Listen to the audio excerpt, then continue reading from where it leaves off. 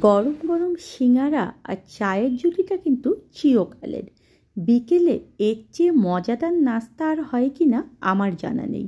আমার বাসার সবার কিন্তু খাস্তা সিঙ্গারা খুবই পছন্দ, আর সেটা যদি হয় কলিজা সিঙ্গারা তাহলে তো কথাই নেই। আসসালামু আলাইকুম, আমি কাউসার নূপুর। সবসময় চেষ্টা করি সহজভাবে পারফেক্ট রেসিপি শেয়ার করার, আর বাগান বিষয়ক অনেক ভিডিও কিন্তু আমার চ্যানেলে আমি শেয়ার করি। আজকে কলিজা সিঙ্গারা কিভাবে খাস্তা করতে হবে সেটার রেসিপি শেয়ার করব। আর এই কারণে এখানে দেখুন যে পুষ্টি ময়দা নিয়েছি আমি 1 কিলো পরিমাণ। আমি এখানে আজকে ময়দা ব্যবহার করেছি। আমার মতো বানাতে চাইলে কিন্তু অবশ্যই ময়দা ব্যবহার করতে হবে। এখন এই ময়দার মধ্যে আমি দিয়ে দিলাম 1 টেবিল চামচ পরিমাণ লবণ, আর 2 টেবিল চামচ পরিমাণ এখানে দিয়েছি চিনি। চিনি দিলে সিঙ্গারার উপরের যে আস্তরণটা সেটা খেতে অসম্ভব মজা লাগে, এবং সেটা কিন্তু ক্রিস্পি হওয়ার জন্য চিনি অনেকটা সহায়তা করে। এখন এখানে দেখুন যে 1/2 কাপ পরিমাণ আমি নিয়েছি ডালডা। একটা গরম প্যান নিয়ে নিচ্ছি, তার মধ্যে এই ডালডাটা দিয়ে দিচ্ছি। দিয়ে এটা কিন্তু জাল দিতে হবে না, জাস্ট গরম প্যানের মধ্যে দিয়ে একটু এটাকে আমরা গলিয়ে নেব। অবশ্যই কিন্তু খাস্তা সিঙ্গারা বানাতে হলে ডালডা ব্যবহার করতে হবে। আর কেউ যদি পুরো সময়টাই ডালডা ব্যবহার করতে চান সেটাও একেবারে বেস্ট হবে। আমি এখানে আজকে 1/2 কাপ পরিমাণ ডালডা এবং 1/2 কাপ পরিমাণ তেল ব্যবহার করেছি। এখন শুকনো উপকরণগুলো ভালো মতো আগে মেখে নিতে হবে। দেখুন আমি ভালো মতো এটাকে মেখে নিয়েছি। আর এটা কিভাবে খাস্তা হবে আমি দেখাচ্ছি। এভাবে মুঠি করে জোরে চাপ দিতে হবে, তাহলে দেখবেন যে সুন্দর মতো দলা হয়ে যাবে, এবং এটা কিন্তু ঝুরঝুরে হয়ে ভাঙবে না, এরকম দলা হয়েই ভেঙে যাবে। যদি ঝুরঝুরা হয় তাহলে বুঝতে হবে যে এখানে আর একটু ডালডা ব্যবহার করতে হবে। এখন এখানে পানি ব্যবহার করব। কি পানি ব্যবহার করব এটা একটা টিপস। আমরা এখানে কুসুম গরম পানি ব্যবহার করব। যেই পানিটাতে আপনার হাতটা একটু সহ্য করতে পারে গরম, সেরকম পানি ব্যবহার করব। ধাপে ধাপে দেখুন যে আমি এখানে পানি দিয়ে দিচ্ছি, দিয়ে এটাকে আমরা ডো তৈরি করব। তবে ডোটা কিন্তু একটু শক্ত ডো হবে। পরোটার ডো যেমন নরম হয় সেরকম কিন্তু হবে না, এরকম দেখুন যে একটু শক্ত হবে, তাহলেই দেখবেন যে আপনার সিঙ্গারাটা খাস্তা হবে। এটা অবশ্যই মাথায় রেখে ডো তৈরি করতে হবে। এখন একটু ডোটাকে আমরা মথে নিয়েছি, নিয়ে এটাকে এখন আমরা রেখে দেব রেস্টে। এই যে একটু শক্ত মনে হচ্ছে, রেস্টে রাখার পরে এটা কিন্তু অনেকটা নরম হয়ে যাবে। আর অবশ্যই কিন্তু ঢেকে রাখতে হবে, এটা মাথায় রাখবেন। এখন চুলে একটা প্যান উঠিয়ে দিচ্ছি, দিয়ে সেখানে দিয়ে দিচ্ছি সামান্য পরিমাণে তেল। আরও একটা টিপস বলি, যে সিঙ্গারার মধ্যে যে পুর দেবেন সেটা আলু হোক বা কলিজা হোক, সেখানে কিন্তু তেল খুব কম ব্যবহার করতে হবে। একটুখানি পেঁয়াজ কুচি দিয়ে দেখুন যে হালকা ব্রাউন করে ভেজে নিয়ে সেখানে কিছুটা হলুদ গুঁড়ো দিয়ে দিচ্ছি, একটু আদা বাটা, একটু রসুন বাটা দিয়ে দিচ্ছি, আর একটু শুকনো মরিচ বাটা দিয়ে দিচ্ছি। আমি এখানে আজকে শুকনো মরিচের বাটা ব্যবহার করেছি, এর বদলে গুঁড়ো ব্যবহার করতে পারবেন। একটু তেলের মধ্যে এটা নেড়ে নিয়ে আমি এখানে কলিজাটাকে কিউব করে কেটে নিয়েছি। আর কলিজা কিভাবে পরিষ্কার করতে হবে সেটা কিন্তু আমি আমার রেসিপি চ্যানেলে শেয়ার করেছি, ডেসক্রিপশন বক্সে আপনারা সেটা দেখে নেবেন। একটু নেড়ে চেড়ে নিতে হবে কলিজাটাকে, তাহলে কলিজার যে গন্ধটা সেটা কিন্তু একদমই থাকবে না। আমি লবণ দিয়ে দিচ্ছি এখানে টেস্ট অনুযায়ী, কারণ লবণ সবসময় বলি যে আপনারা আপনাদের টেস্ট অনুযায়ী ব্যবহার করবেন।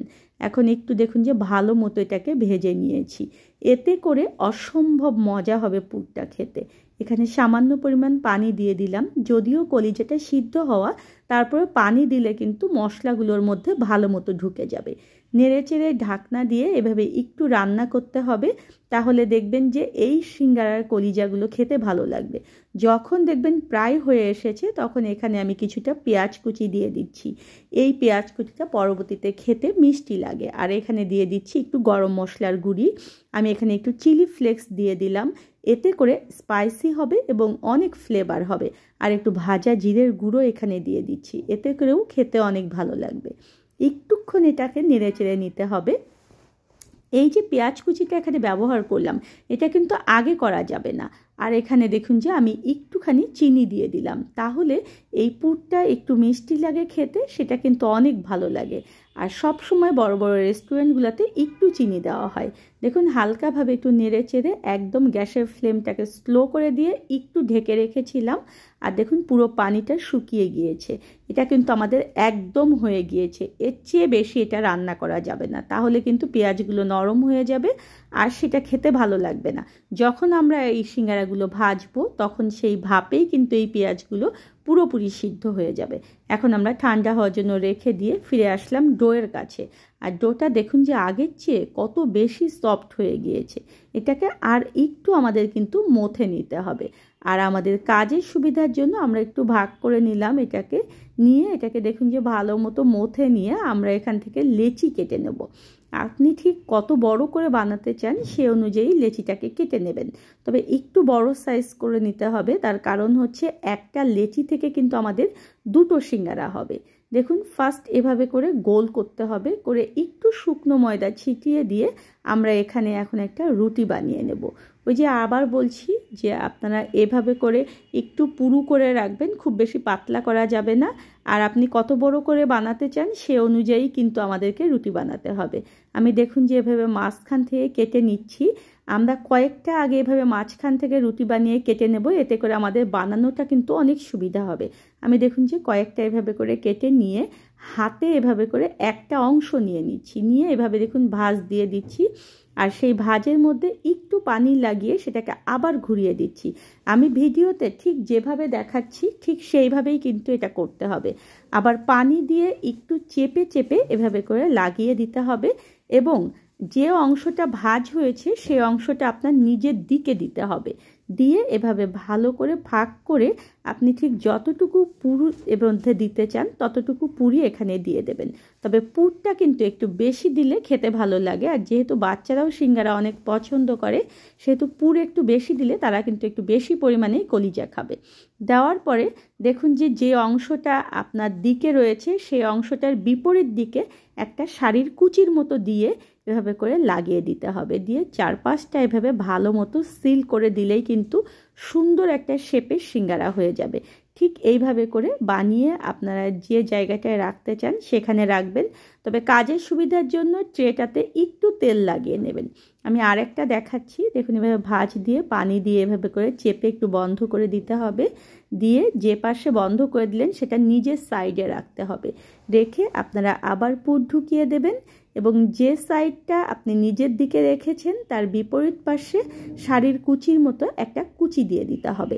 দিয়ে এভাবে লাগিয়ে দিয়ে পুরো অংশটা আবার এভাবে সিল করে দিতে হবে। দিয়ে এভাবে রেখে দিতে হবে। দিয়ে পুরোগুলো আমরা এভাবে আগে বানিয়ে নিয়েছি ট্রেতে। এখন এটা আমরা ডিপ ফ্রিজে রেখে দেব 2 থেকে 3 ঘন্টার জন্য, যাতে করে এটা সুন্দর মতো একদম শক্ত হয়ে যায়। যখন শক্ত হয়ে যাবে তখন সেটা আপনারা যে কোনো বক্স বা জিপার ব্যাগে করে রেখে দেবেন। একটার সঙ্গে কিন্তু আরেকটা লাগবে না। দেখেছেন আমি সবগুলো ঢুকিয়ে রেখেছিলাম আর এগুলো একদম শক্ত হয়ে গিয়েছে। এখন ঠিক যতটুকু প্রয়োজন ততটুকু আমি জিপার ব্যাগে ভরে ডিপ ফ্রিজে রেখে দেব, আর 3 মাস পর্যন্ত এটা আপনারা একদম সংরক্ষণ করতে পারবেন। আর আমি ভেজে দেখাচ্ছি যে এটা কতটা পারফেক্ট হয়েছে।